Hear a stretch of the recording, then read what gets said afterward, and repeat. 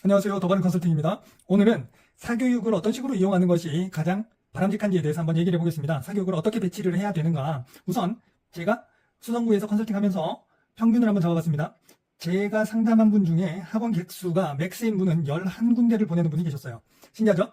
11군데 학원, 어머님들도 학원 보내보셔서 아시겠지만 시간표 짜기도 정말 쉽지 않거든요. 그런데 기가 막히게 사이사이에 1시간짜리, 1시간 20분짜리 과외 같은 걸 끼워 넣어서 11개를 하고 계시더라고요.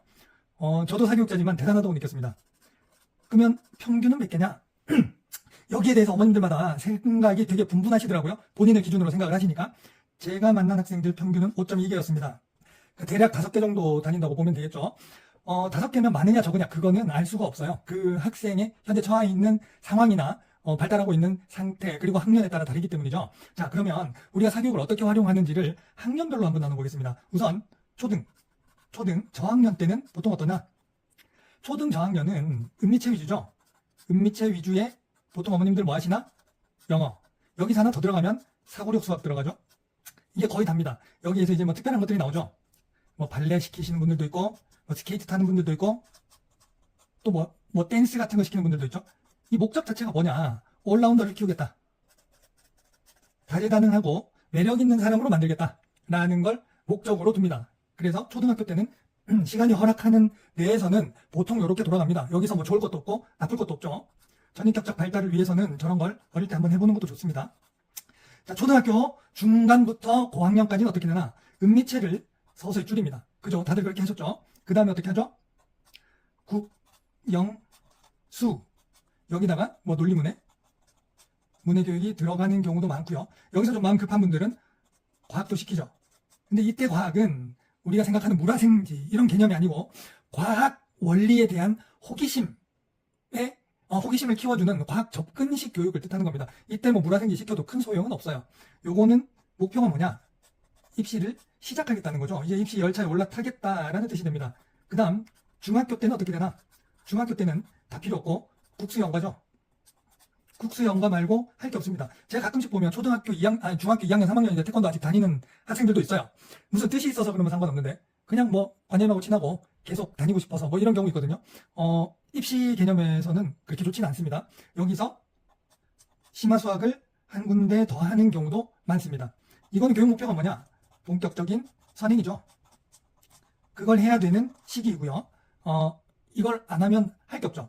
요때 학원 개수가 가장 많습니다.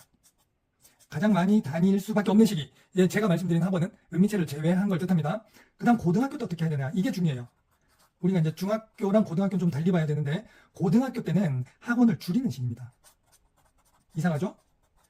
왠지 학년이 올라가면 계속 학원이 늘 것 같잖아요. 그렇지 않아요. 고등학생이 되기 전에 본격적 선행을 했죠. 그러면 이 학생의 강한 과목과 약한 과목 그리고 그냥 적당히 따라가는 과목이 구분이 돼요. 또 구분이 돼야 됩니다. 그래서 본인이 잘하는 과목을 중학교 때 끝내야 됩니다. 대표적인 게 영어죠. 경제적인 여력이 많은 동네 특징입니다. 영어가 빨리 끝나는 학생이 굉장히 많습니다. 그래서 잘하는 것을 발굴해서 하나씩 제거하고 그 다음부터는 혼자 공부하는 과목으로 전환을 해야 돼요. 그런 식으로 하나씩 빼야 됩니다. 왜냐? 5개 이상은 현실적으로 힘듭니다. 시간이 안 나와요. 학교에 머무는 시간도 많죠. 거기다가 학원에 가면 이제 고등부는 숙제 양도 많지만 숙제 난도가 높기 때문에 숙제에 시간이 많이 걸리게 됩니다. 그래서 학원을 5개씩 다니면 학원 수강 시간이 문제가 아니고 거기서 나오는 부수적인 숙제 같은 걸 하느라고 공부할 시간이 없게 돼요. 순공시간 확보가 안 됩니다. 순공시간에 성적이 올라가거든요. 학원은 순공을 수월하게 하기 위한 도구에 불과합니다. 학원 다닌다고 성적이 오르는 게 아니에요. 그래서 학원을 5개씩 다녀버리면 고등학교 때는 힘들어집니다. 그래서 베스트 시나리오가 어떻게 되나? 보시면 영어를 혼자 하고 영어 사회를 혼자 합니다. 그 전에 끝내놨단 소리죠. 영어 사회를 혼자 하고 국, 수, 과 정도를 학원에 다니는 게 좋습니다. 여기서 더 좋은 게 뭐냐? 영어 사회 플러스 국어까지 혼자 할 수 있는 실력을 기르고 수학 또는 수학과학을 학원을 남겨놓는다. 이게 베스트입니다. 그러면 학원 이동 시간부터 해서 우리가 통시간이라 그러잖아요. 중간에 학원이 껴버리면 내가 꾸준히 공부를 못하게 돼요. 그런데 학원을 줄이게 되면 수학만 다닌다. 일주일에 2번 아니면 3번 가겠죠? 그러면 나머지 시간에 쫙 내 계획대로 공부를 밀어붙일 시간이 나옵니다. 가장 이상적인 건 수학 정도 다니고 나머지는 그 차례대로 탁탁 끝내고 혼자 공부하는 게 이상적이에요. 이거를 어머님들이 생각할 때 제가 그래프로 그려드릴게요. 그래프로 그려드리면 어머님들은 학원이 학년이 올라가면서 늘어난다고 생각해요. 이 그래프는 틀린 그래프입니다. 실제로는 항아리 형태가 나와야 돼요. 이게 맞는 그래프예요. 초등 저학년 때부터 점점점 늘었다가 중학교 때 피크 치고 고등학교 때는 줄여가는 게 정석입니다. 저는 어디까지나 정석을 말씀드린 거고요. 이렇게 할 수 없는 애들도 많죠. 이 전제가 뭡니까? 그 전에 본격적인 선행으로 공부를 열심히 해서 내가 혼자 해도 될 정도 수준까지 도달한다는 게 전제입니다. 그게 안 되는 애들은 혼자 공부해봤자 모르는 게 너무 많기 때문에 계속 누군가의 도움을 받을 수밖에 없고, 그 도움을 계속 받느라 시간을 쓰기 때문에 내가 공부할 시간 줄어들고, 그러니까 발전이 더딘 악순환에 빠지게 됩니다. 중학교 때 얼만큼 하느냐가 이만큼 중요하다. 자, 여기서 제가 팁을 하나 드리자면, 학원을 선택할 때 학원 시간에는 반드시 숙제 시간을 포함해야 됩니다. 이걸 계산을 안 하는 분들이 많아요. 그냥 뭐 그 학원 숙제 많이 내더라, 뭐 숙제 검사 빡세게 한다, 시험 통과 못하면 집에 안 보내준다, 뭐 이런 식으로만 생각하시는데, 예를 들어서 학원이 수강이 2시간 곱하기 일주일에 3번이다. 그럼 6시간이라고 생각하잖아요? 아니에요. 각 시간에서 나오는 숙제가 2시간을 요구한다면 2시간 곱하기 3회가 추가로 들어가야 됩니다. 그래서 일주일 공부에서 내가 2, 3은 6이죠? 2, 3은 6이죠? 합쳐서 12시간을 이 학원에 갖다 준다라고 생각해야 돼요. 내 순공 시간이 12시간이 줄어든다고 생각해야 됩니다. 그래서 학원을 배치할 때는 항상 나의 순공 시간이 얼마나 남게 되는지를 확인하면서 선택을 해야 돼요. 우리가 왜 가정경제를 꾸려나갈 때, 쇼핑할 때도 내가 이걸 사게 되면 잔액이 얼마나 남는지, 내가 또 앞으로 추가로 쓸 수 있는 돈이 얼마가 남아있는지를 계산하면서 하잖아요. 똑같습니다. 순공 시간을 어느 정도 확보한 상태에서 학원을 찾아야지, 그렇지 않고 그냥 눈으로 보기에 시간이 남아있다고 해서 학원을 더 끼워놓으면 학원 갔다 숙제하고 끝납니다. 공부라는 게 이루어지지가 않아요. 요거는 당연한 말 같지만 어머님들이 잘 못하는 부분입니다. 팁이에요. 자, 학원을 어디를 선택하는 게 좋으냐? 이것도 어머님들 고민 많이 하시죠?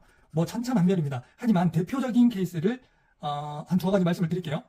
내성적인 애들, 그러면서 완성도가 아직 떨어진다.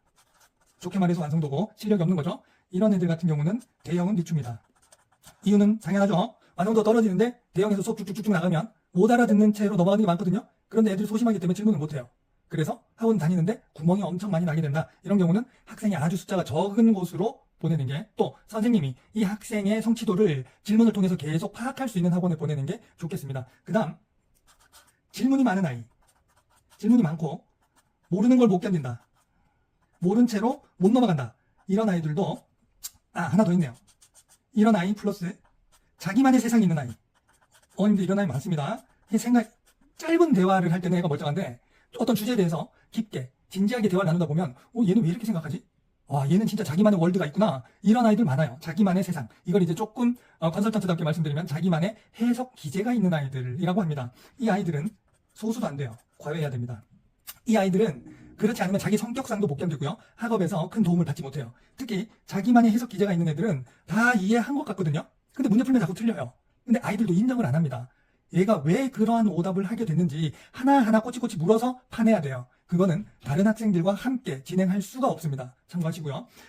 어떤 아이들이냐면 실력이 괜찮아, 나쁘지 않아, 근데 친화력이 좋아, 친화력이 갑이야. 이게 무슨 문제냐? 여기서 친화력이 좋은 애들은 선생님을 좀 구워 삶아요. 그래서 과외 같은 걸 붙여놓으면 선생님하고 자꾸 놀라 그럽니다. 물론 안 그런 애들도 있는 거 아는데 그렇게 흘러가는 경우 굉장히 많아요. 이런 아이들은 대형 보내는 게 좋습니다. 대형에 보내면 혼자 따로 헛소리 하기가 쉽지 않아요. 대형의 장점이죠. 탱크바퀴처럼 쿵쿵쿵 진도대로 굴러갑니다. 거기에서 내가 이 속도에 관여를 할 수가 없기 때문에 강제적으로 학습량이 좀 늘어나게 돼요. 요건 이제 성격적인 측면에서 한번 나눠봤습니다. 물론 이거 말고 고려할 요소들도 많은데 뭐 짧은 영상에서 다 말씀드릴 수 없기 때문에 여기까지만 말씀을 드렸고요. 기본적인 사교육 배치에 대해서 오늘 말씀드렸습니다. 참고하셔서 도움이 될 수 있으면 좋겠습니다.